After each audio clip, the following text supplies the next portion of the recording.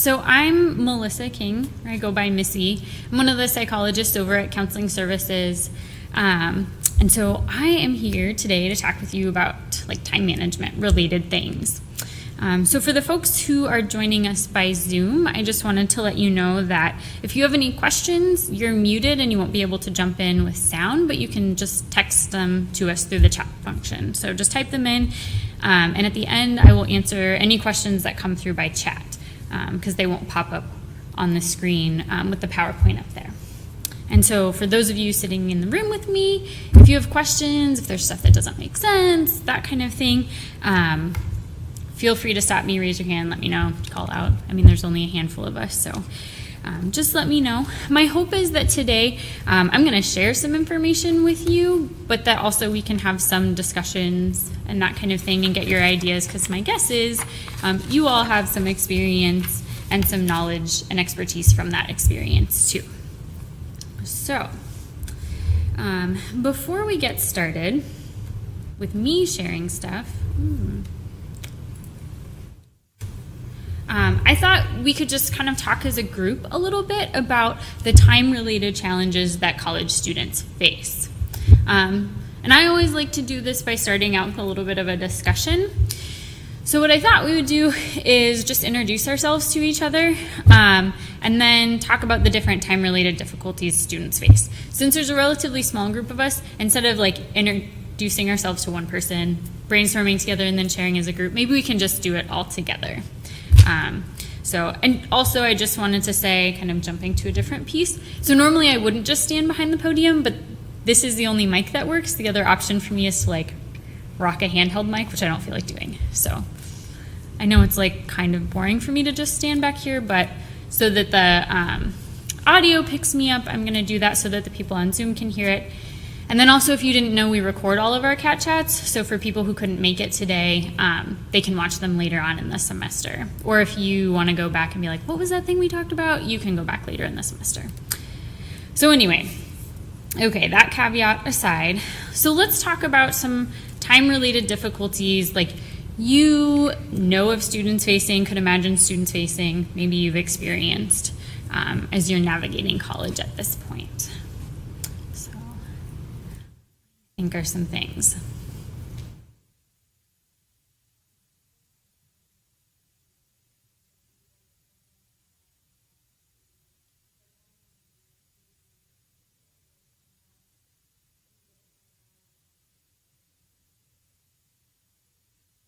For sure.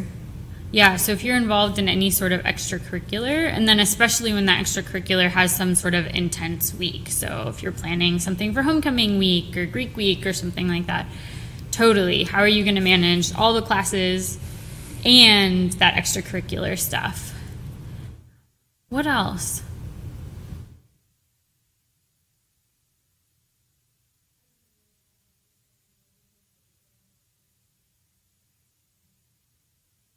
Yeah. So managing your social life, managing those extracurriculars. If you have a job, that can also be a major time commitment or obligation that people have. So how do you balance all of those things? Yeah. You sounded like you were going to say something.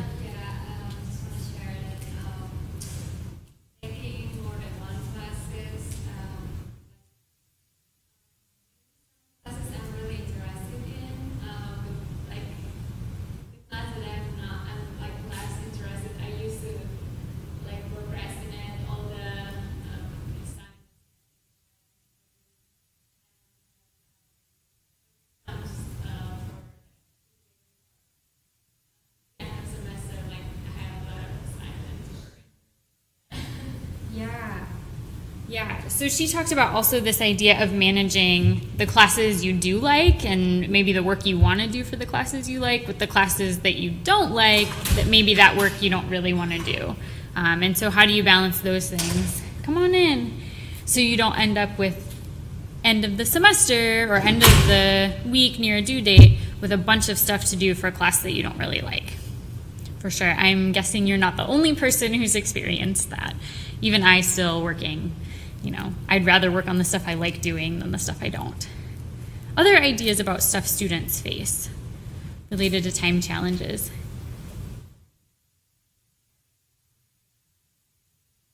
anybody navigating kind of how to manage the stuff at school with also stuff back home? Like, when am I going to talk to my family on the phone or Skype or whatever? Keeping up maybe with family events if they're like birthdays or weddings or family reunions you have to go to, with also the stuff with school. So that might be something too. So, all right, so we've had a few more people join us. We were just kind of generally talking about some challenges students face just broadly in terms of kind of all the demands on your time when you're at school, which might be social, extracurriculars, work-related, family-related, and even just balancing the various classes you have and your differing motivation for those classes. Yes, so today, this is kind of an overview of what we're going to do. We're going to start with a mindfulness activity. It's something that I think is actually really important for just getting us oriented and present in wherever we are, so here in this room, or for the folks who are on Zoom with us, whatever room you're in. But it also can actually be pretty helpful in terms of time management too. And then we're going to talk about time management. I'm going to give you a variety of strategies that could be helpful. I think one of the most important things when we're talking about time management is to figure out what works for you. Okay, so I have my own time management strategies and the ways I've learned over time that I work really well. But it's about figuring out how do you work really well to get done the stuff that is important for you to get done. And then the last piece, I'll give you some campus resources, right? So in about 45 minutes, we're not going to solve all the time management challenges you may have. But there are tons of resources available to you on campus. And so I want you to know what those are so that you can use those to help kind of shore up things that we didn't get to today. And feel free to ask questions. For the folks who've come in on Zoom, if you have questions, just type them into the chat function and I will answer those at the end. Okay, so starting with mindfulness, does anybody know what mindfulness is? How about a show of hands? Has anyone even heard of mindfulness? Okay, about half of us. Anybody want to give a brief overview of like roughly what it is?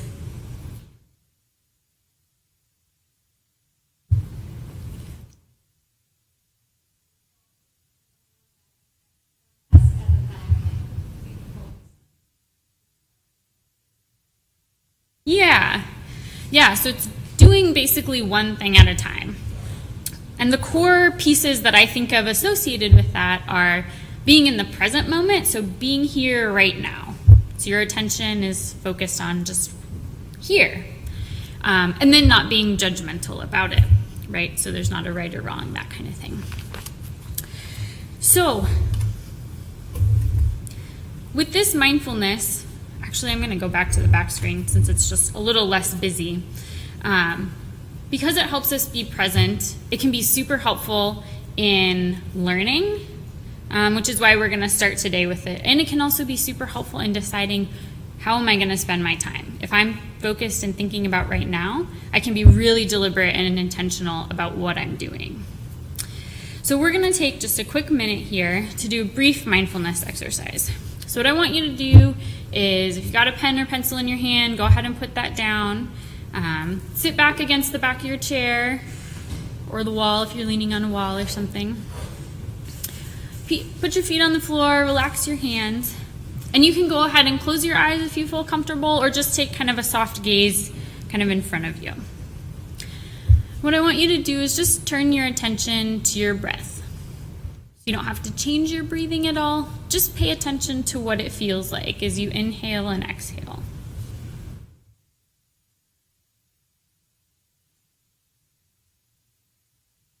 And I want you to start observing what you're feeling through the various senses that you have. So feel what your feet feel like in your shoes, what your body feels like on the chair, what your hands feel like as they're resting in front of you.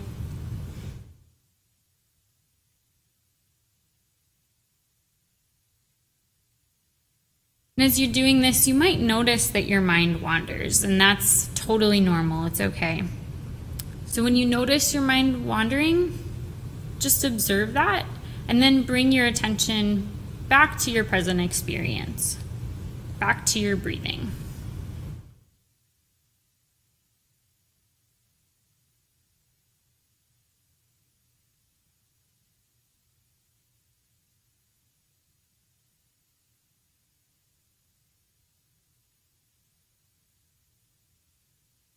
And each time your mind wanders, all you have to do is bring it back to the present moment.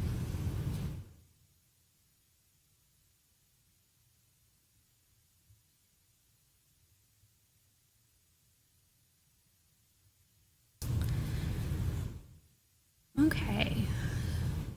So go ahead and open your eyes, come back here. So this is a way to do a really intentional, guided practice. But you can do this mindfulness exercise at any point in time, right? So if you notice yourself starting to check out as I'm talking, just being aware of that and then coming back to the room and what we're talking about right now is a way to practice mindfulness. Or when you leave to go wherever you're going after this, paying attention to all of your senses and what you're noticing as you walk across campus is another way to practice mindfulness and just being present, doing that one thing. So walking across the quad, for example. Like I said, so I bring up mindfulness and practice it because it's actually something that's super helpful with time management. But this was a few minutes of an overview. So if you want to learn more about it, we actually did one of these cat chats totally dedicated to mindfulness a couple of weeks ago. No, last week. 13th. It was only last week. And since we record all the cat chats, you can watch it online if you want to learn more about it, if you go to our website. We're also doing a workshop called Feel Better Fast. So there are actually 4 different topics across the 4 weeks. But the first week, so September 27th and 28th, that workshop is about mindfulness. It's 1 hour. It's 1 to 2 o'clock on Tuesdays and 4 to 5 o'clock on Wednesdays. So in the Union Room 207. I forgot to put that on there. I can give you that information if you want to check with me afterwards too. But that's another way to learn more about mindfulness. All right. So and we're going to talk about how we apply mindfulness to time management. But what I'm curious about is what you think of when you think of time management, and maybe even what brought you to this presentation today. So I'll turn it back to you all and get your ideas of what do you think of with time management. Why are you here?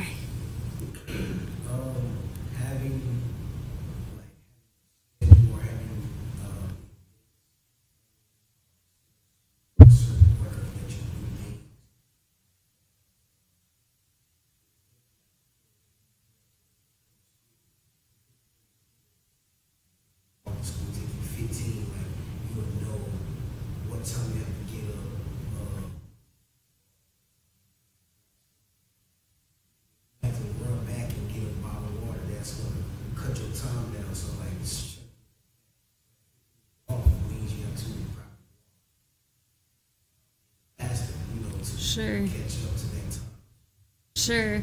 Yeah, so I heard you naming a few buzzwords that I think are super important for today. So we've got, so schedule. You described prioritizing. You didn't say it, but you described prioritizing. You talked about having a plan. Are there other things with time management that we need to think about or that you think about?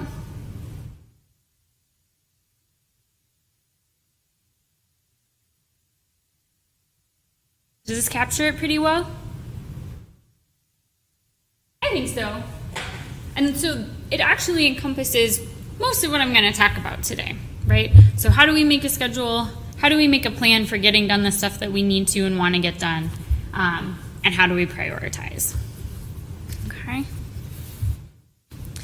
And really the reason some of this, we're going to also talk about why some of that's important. You kind of captured these rough or working definitions. It's basically effectively managing your time to balance both the relationships that are important to you and the responsibilities that are important to you. So this quote here, the things that matter most must never be at the mercy of things that matter least. So for example, if getting your college degree is really important to you, but doing Facebook is not really very important to you, or any kind of social media, then if we act in line with the quote, right, being on social media shouldn't come before doing whatever we need to do that's going to help us graduate, even though I think for a lot of us that happens sometimes. So it's basically the ability to prioritize, schedule, and execute our responsibilities in a way that we are satisfied, right? Sometimes people might do it for other people's satisfaction, which is fine if what's important to them is also important to you. But if you're just doing it for other people, it's going to be stressful at times. So why does it even matter? So one of the reasons I do this presentation on time management is because using effective time management is super helpful in reducing our stress. And when we have too much stress, it actually can make us physically sick. So having too much stress hormone in our body actually harms our immune system, so we're more likely to get sick, which can also cause more stress if we're missing class or don't have the energy to study. So that's why I think it's really important, because it has all these kind of trickle-down effects. The other piece, so that graphic there, it's supposed to be Goldilocks, but I don't know if you can really tell that that's Goldilocks from the Three Bears. But it's really about finding a balance. So you want to be productive and get the stuff done is important to you, but it's also this reminder that being too productive, overly productive, can cause us to burn out. So that's not super helpful either. So throughout this, we're trying to find a balance. You want some structure, but not overly structured, some productivity, but not to the point where you never get to have fun. So I think she's a nice reminder of like, we're looking for just right here. And it might take trying a few things to figure out how to get there. Something you all might not know is that there's actually this inverted U relationship between how stressed and anxious we are and how well we're actually doing, or performing, how productive we are. And I found this to be super helpful when I learned about it. So it basically gets at this idea that when you don't have any stress, your performance is not going to be all that great, right? So if you feel like, I've got plenty of time to finish this research paper for the end of the year, I don't need to worry about this, I'm not anxious, I'm sure I'll get it done, you're probably not going to feel very motivated to work on it, right? You're probably going to procrastinate, and even if you forced yourself to try to work on it, you're probably going to find yourself letting yourself be distracted with other things. So you have no stress, not very productive. If you have way too much stress, most of us end up spinning our wheels, right? We get so stressed, so anxious, there's so many things we have to do, we can't even figure out where to start. And you end up just sort of like spinning in circles, freaking out. So too much stress is also not that helpful. So we want to try to get ourselves and keep ourselves in this place where we have a little bit of stress so that we actually feel compelled to do the work we need to do, but not so much that it ends up getting in our way, right? So that, again, here's Goldilocks coming into play. How do we get ourselves to that point where we're just right? Okay? So,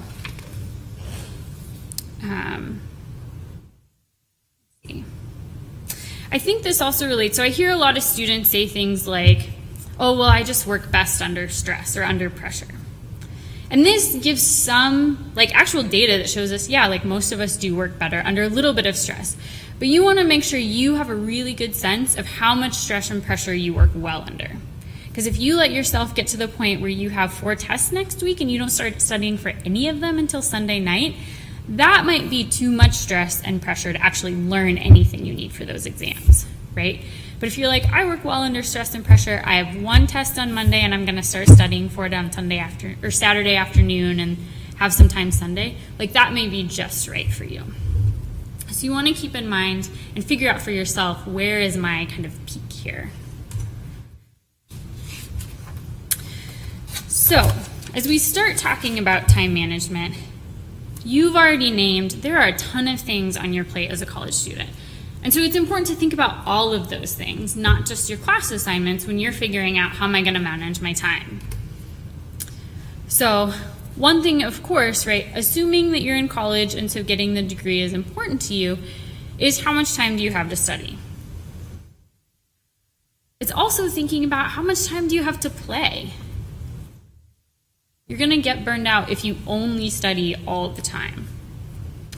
How much time do you have or need for work? So this is if you have to do a job, right, paid work, or maybe even volunteering work if you're in a lab or something like that. How about to socialize?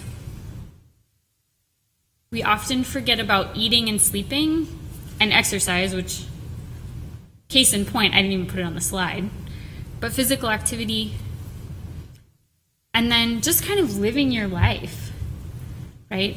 So these are all things we need to be thinking about when we're figuring out our schedule and how are we going to prioritize these things. So this is probably going to come as a big duh, but we all get only 24 hours in a day and only 7 days in a week. And it's really easy to look at a Saturday and be like, I have the whole day. And then all of a sudden it's 10 o'clock at night and you're like, crap, what the heck did I do with my entire day today? I literally got nothing done. So that's the point of time management. And that's where mindfulness can be really helpful, right? So when we have a chunk of time, really the way that we make sure we get done the stuff that we need to get done is by being intentional. So making deliberate, intentional choices about how we spend our time. So you wake up on a Saturday morning and you're like, I have the whole day, and you don't think about how you're going to spend the day. It's really easy to get to the end and be like, wasted. I just wasted that day. But if you wake up in the morning and you're like, hey, it's Saturday, and today I worked really hard all week long. I had a super stressful, busy week. So today, really what I need is fun time with friends. Then you can start off the day by figuring out, okay, who's around? What kinds of things can we do? Can we go out to the lake and go swimming? Do we want to go play disc golf? Do we want to do the zip lining course? What are we going to do today? So you're not going to have time for everything, but you want to basically be intentional so that you can make time for the things that are important to you. So I trust you all actually know what is important to you, right? You don't need me to tell you what's important. So when I say you know what you really want, I'm not just talking about chocolate cake, we all want that, but it's also about what's really important to you, what you value both in the short run and the long run. And what's really important to you, what you value or really want, is going to tell you what's important. It's going to help you figure out what are my priorities, what do I need to give more time to, and what can I give less time to. And this gets at this idea, you're not going to probably have time to do everything. So you want to spend your time on the things that are really important or things that you really do want to do.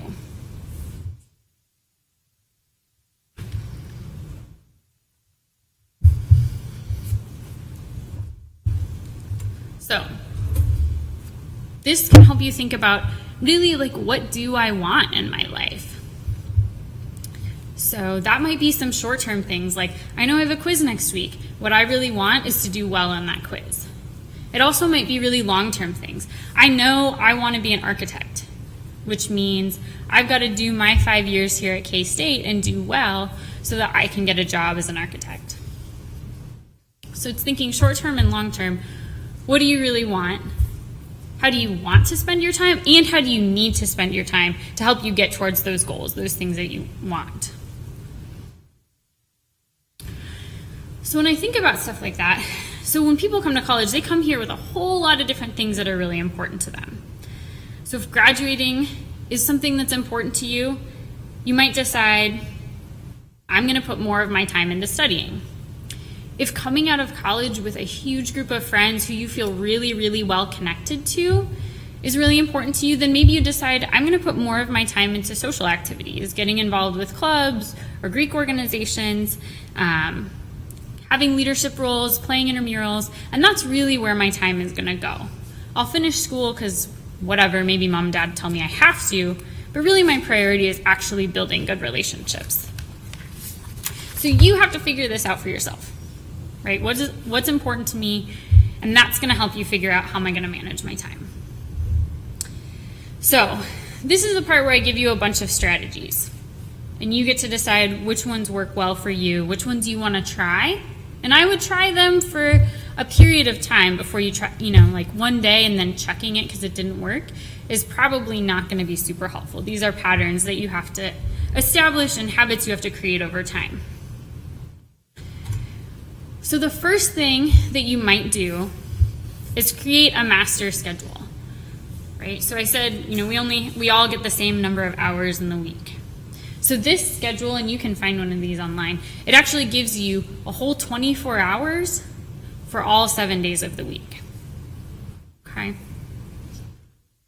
So this is what I would do with it, if you wanted to, is to start out by putting in all the fixed appointments that you have, right? So things like, you go to class at the same time every day of the week.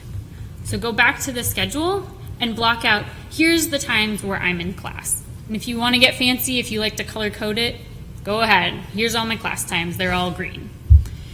You go to work the same time each week, block out that however much time you spend at work each week. Okay? So put in everything that's fixed that stays the same week to week. Maybe you go to some religious observance. Maybe it's church or mosque or something like that. So put that in there if it comes at the same time every week.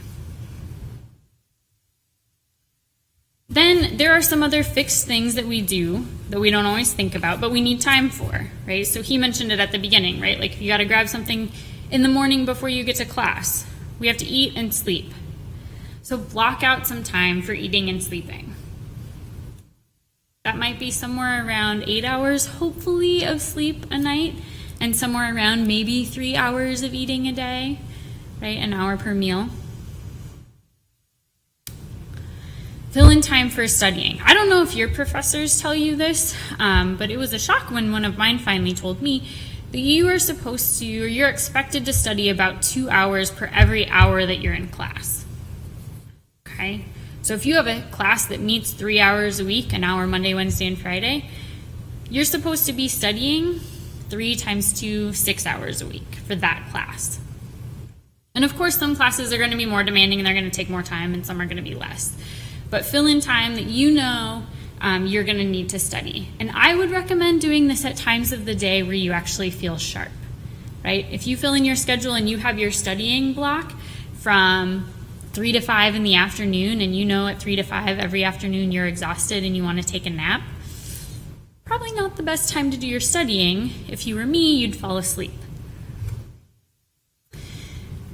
And then look at the time that's open, that's left over. And think about how you want to spend that, okay? So maybe that's for self-care. You need to work out every day of the week. Or you really like to play an instrument, and so that's the time I'm going to spend playing my instrument. Or you like to be outside. So those hours of the week, I'm going to spend some time outside. So as a reminder, we all only get 168 hours in the week. As a sample, so say you're in class 16 hours a week, right? But in the seat in class. That means you're studying 32 hours for that week. If you add, say you're working a job, you've got to have a little spending money or help pay rent, 10 hours of work a week. So sleeping 8 hours a day gives you 56 hours a week of sleep. If you eat, and it takes you about 3 hours a day, that's 21 hours of eating. If you spend 8 hours doing self-care or exercise, whatever self-care looks like for you, it leaves you with 25 free hours a week that you get to do whatever you want with, which that breaks down to about 3.5 hours a day. So if you were to follow this plan, okay, I've studied, I've done what I need to do for class, I've worked, I've taken care of myself, I'm rested, I'm nourished. So with those 3 hours, I can do whatever I want. Maybe I spend them on Netflix, or maybe I spend them going to the movies with friends, or a Greek event, or something like that. But if you break it down like this, it will really help you have a good understanding of reasonably how much time do you have to just mess around. So you might look at this schedule and be like, that's not as much time as I would like to have to just mess around and do nothing. but it can help you be really intentional and deliberate when you see it laid out like this.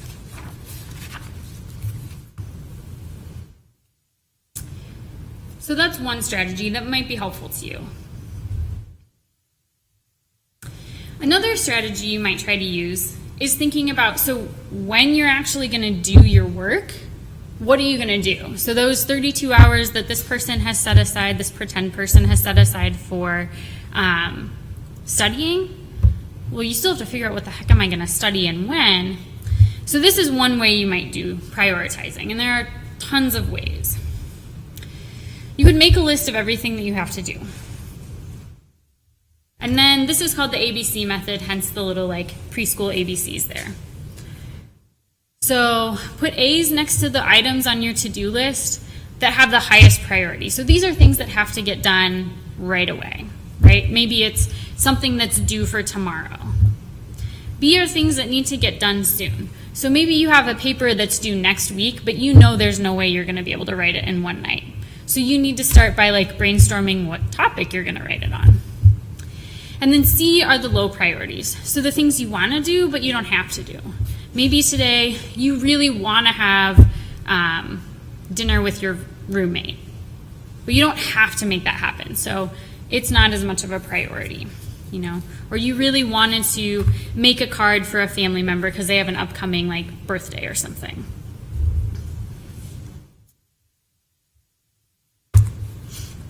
And then you can just rewrite that list according to the priorities. And then you don't even have to think about where to start. You just look at your list and say, all right, here's the first A, get that done. Go on to the next A, get that done. Then you can go down to the B's and the C's. And some people like to carry over their kind of prioritized to-do list. So what was a B and C today, if you look at that list on Wednesday or Thursday, maybe B's and C's have now become A's and B's, right? You just sort of, they level up, I guess. Does that make sense? So something that's going to help you figure out what do I assign A, what do I assign B, all that stuff to, is looking at the big picture and knowing what's coming. So for me, I like to create like a master calendar. So this is the thing where I can just look at, here's what's going on for me for the whole month, okay? So if it works for you, I'm totally a hard copy person. I need to see it on paper. But if it works for you to put it in your phone or on your computer, like do that. Figure out what works for you. Write down all your deadlines and then look at them ahead of time. It doesn't do you any good if you write it all down and then you never look at the big picture. So the whole goal here is to keep you out of panic mode, because remember, like when you have way too much anxiety, you're just not productive. An example, if you want a concrete example of how you might do this, is to print out a schedule. Here are all the weeks in the semester, and here are the days in those weeks. And then get all your syllabi together and figure out what all your assignments are and plug them in, right? So when you look at this, like what are some of the reactions you all have? Say this person, whatever, student one, this is their kind of semester schedule. What are some of the things that you already start thinking about when you look at this?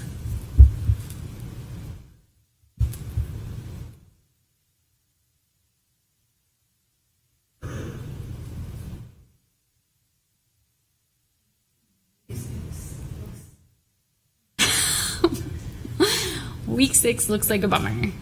Do any of you have a week 6 coming up? At some point? Yeah.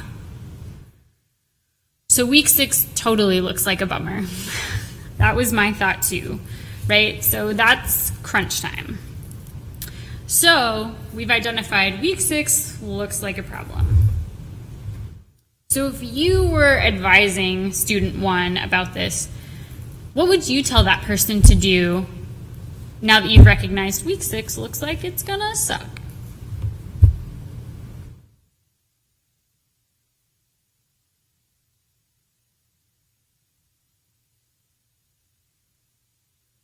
Your faces look like either totally defeated, like, I don't know, you're screwed, or like, I'm already panicking for you.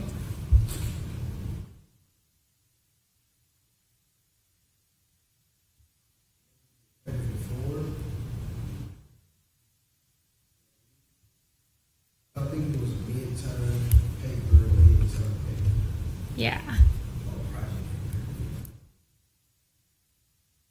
So if they can do the paper ahead of time? Mm-hmm. Week 5, they don't have nothing to do. Okay. Yeah, that's what I do too. Like take advantage of week 4 and week 5 and get done ahead of time what you can. So, anybody else have other recommendations? Or maybe you've had this experience in the past and what you learned from it?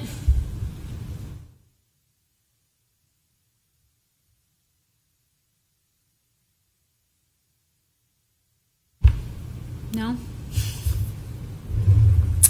right, you're going to make me do all the work? What? I haven't had an English class in a while, but normally if I write a paper, I don't try to get it done as soon as possible. You don't what? I don't like writing papers, so I try to. You do try to get it done as soon as possible? Yeah, so one recommendation. Somebody, when you were coming in, was talking about the stuff I don't like to do, I usually leave till the end. But a strategy to combat that is the stuff you don't like to do, get that done quick so you don't have to deal with it anymore. Yeah. So it might be doing the stuff you don't like to do early, doing the stuff you can do early.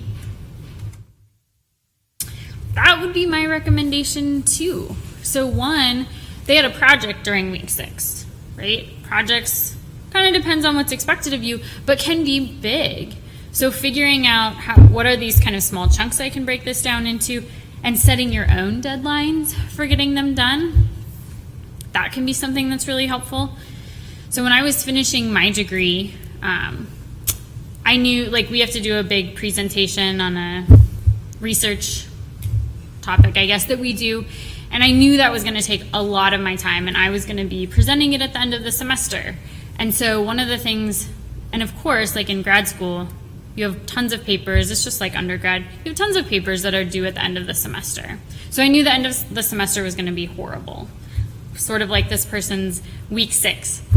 So one of the things I told myself is I'm going to write like these couple of papers I know I have to do. I'm going to do them during spring break. Like that sucks for spring break, but I set those deadlines and said I'm going to get those done, or like 98% done, so that when it comes time to turn them in, all I have to do is proofread it and I'm good to go. So setting deadlines for yourself and sticking to them. You can do it with papers too. So as he suggested, a reminder that you are allowed to complete assignments early, but you also have to give yourself the motivation to do it, right? Like you've got to give yourself or push yourself into that area in kind of the anxiety spectrum where you actually work on it. Because if you say like, oh, I should do it, but then you just continue watching Netflix, that doesn't do you a whole lot of good. All right. So what about those times when everything is important, right? So you're already in week 6. Great idea to plan ahead and work ahead, but it's too late. You didn't do that. So now I'm in week 6 and everything feels important. It can be really helpful to differentiate between what's important and what's urgent. So when I say those two words, what do you think of? How are those different?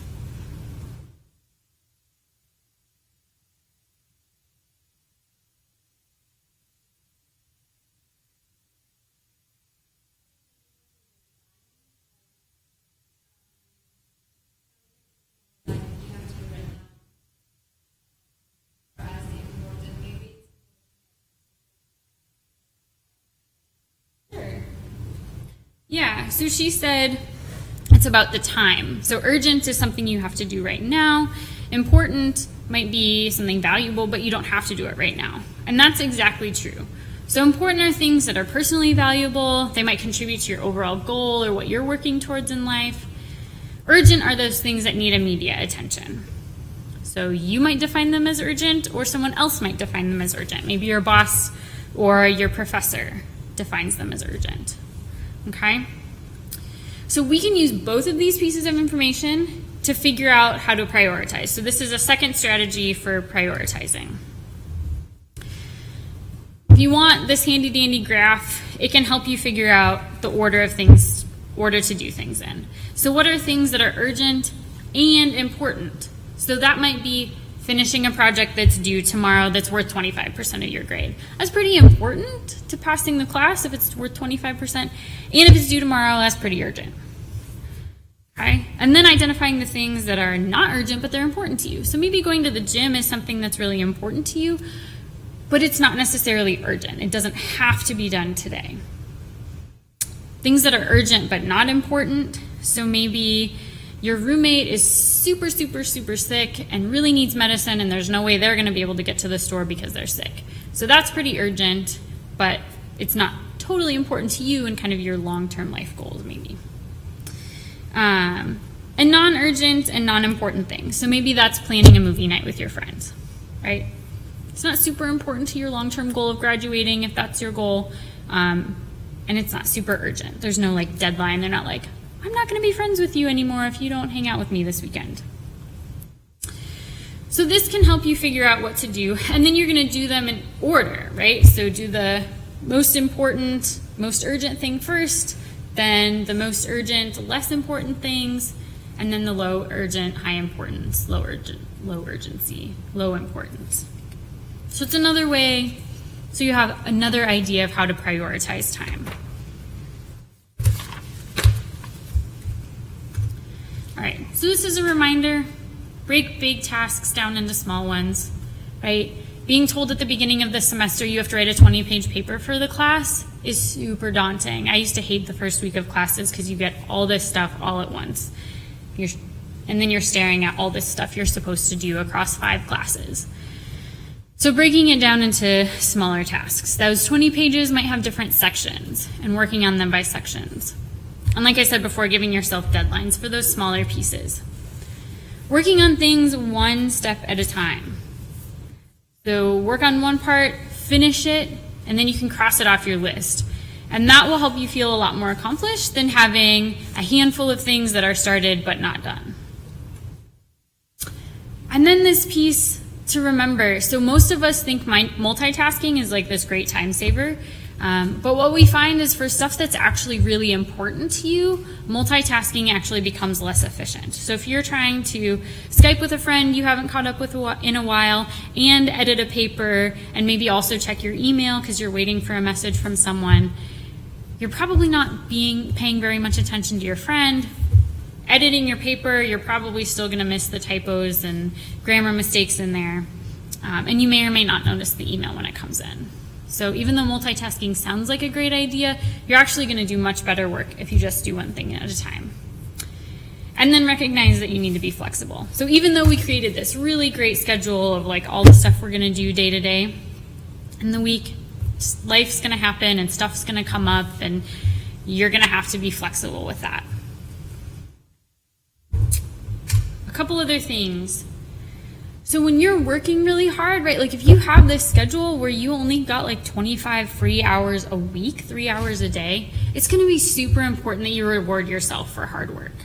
If you don't give yourself some sort of reward, your motivation is going to tank. And so that reward might be internal, right, just giving yourself a pat on the back, just savoring how proud you feel, or it might be something external, okay? And bigger tasks should warrant bigger rewards. So figure out what rewards work for you. Do you really love reading just like fiction? So maybe you get to read a chapter in fiction every time you finish a chapter for history. Is it a snack? So for me, when I was studying we have to take these big exams called prelims. So you have to read tons and tons of articles before you take this exam. And it would get so boring for me. And so I rewarded myself with a peanut M&M every time I finished a paragraph, right? It was like, just read a paragraph, then you can have a peanut M&M as a way to kind of keep myself going. So figure out what works for you and reward yourself. And if you need like a lot of structure, you can make a list. Here are the things I need to get done. Here's the reward I'm going to give myself each time I finish one of those things. So these are the things like I might use, but you have to figure out what works for you. Other things to think about monitoring your perfectionism. So perfectionism is a huge problem for time management. And it can happen in a lot of different ways. Perfectionists tend to procrastinate because they know I could work on this forever and make it more and more and more perfect. Or they spend forever on something. They're not procrastinating, but then they spend all their time doing one assignment. So monitor your perfectionism. Really, the goal is about doing what's good enough. And probably your 70%, if you're a perfectionist, is still going to look like 95% to anybody around you. Another thing to remember is you have time in between classes, and not everybody uses that time, but you might think about how you want to use that.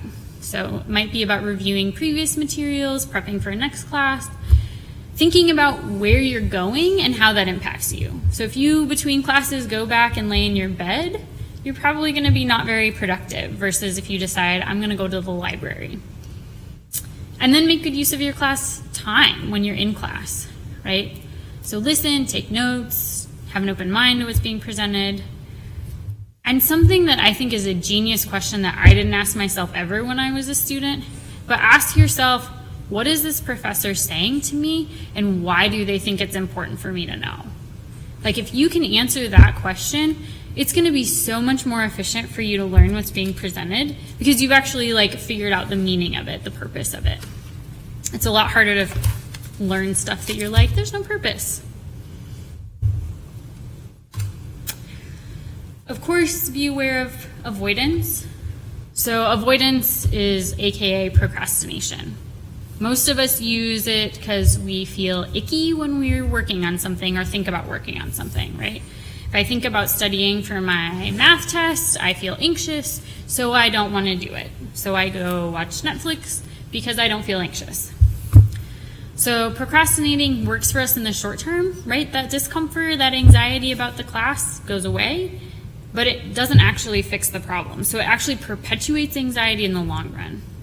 And so this, I would say, applies way beyond school to anything that you feel uncomfortable about and you try to avoid. That avoidance only makes that discomfort stay around longer. So my recommendation, that mindfulness thing that we did, being present, being awake, being aware, doing one thing at a time, use it to sit with the uncomfortable feelings you have and just do what you need to do, right? If you hate writing papers, you're still going to hate writing papers when you have to write them. Sit with the fact that you hate it, you feel uncomfortable, and you're dreading it, and write the paper. And then you can go off and do something more fun and be kind of carefree. The other thing I wanted to tell you about that I have found really helpful for stuff I didn't want to do if I was procrastinating. So there's an app called the Focus Booster. It's just a super cheesy name. But basically what it does for you is it sets a timer for working and sets a timer for breaks. So you actually don't need to download the app. You could just set a timer, right? So work for 20 or 30 minutes and then take a 5-minute break. But if you have that timer, it helps give you that cue like, okay, my break is over. I actually need to go back to working instead of getting lost on YouTube. And I found it really helpful because I tend to be the most productive when I have 10 minutes before I have to do something different. So it sets sort of these short deadlines constantly. The other thing to know is where your time is going. So looking for time stealers. Most of us end up wasting a ton of time during the day doing whatever. So if you can log how you're spending your time, maybe you take a week and you log basically every minute of the day, you're going to really have a good idea of how much time are you being productive, how much time are you socializing, how much time are you thinking you're being productive and supposed to be productive, but you're actually just wasting time. And that can help you figure out, okay, what do I need to do about this? So what are my time thieves and how can I manage them better? So this is a way you could monitor that time, right? You could download one of these. But basically, you want to know, where does my time go during the day? Most people are like, no way, I don't want to do that. That's a big pain in the butt. And then when they do it, they find out it's really helpful. So it's just something to keep in mind. Okay, so the last thing I wanted to tell you about, if you don't already know, there are a ton of resources available to students. So there's an Academic Assistance Center in Holton, the Student Success Center in Derby, the Writing Center. There's tutoring that's available for free. I've never been at a university where tutoring was free, so this is super cool here. The Career Center, if you're not sure what to major in or what career you want to pursue. For students with disabilities, the Student Access Center is a support as well. And then in my office, right, I have to give a plug for my office. We have a couple of online programs that work through the K-State Online. So you sign up for them, they're free, there's no professor, they don't count for grades or GPA or anything.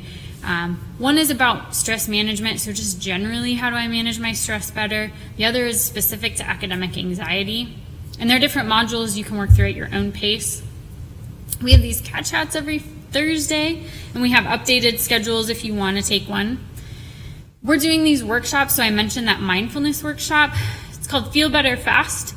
It's a 4-week-long workshop with a different topic each of the 4 weeks, and they start next Tuesday and next Wednesday. We also do different kinds of counseling, if that would be helpful to you, and some career counseling. And then that bottom, the University Life Cafe, is this awesome website that we have if you've never been on it. And it has tons of resources about a whole bunch of different things. So I wanted to let you know about those resources. So that was a lot of information. Not super exciting stuff. I don't know how to make prioritizing flashy. But what questions do you all have for me or for each other?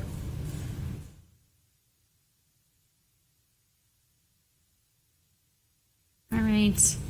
Well, I hope that this was helpful and gave you some ideas. I hope that you, through kind of trial and error, figure out what works for you. And if you need additional supports or if you want to talk with me individually, feel free to come on down. All right. So thanks for your time today.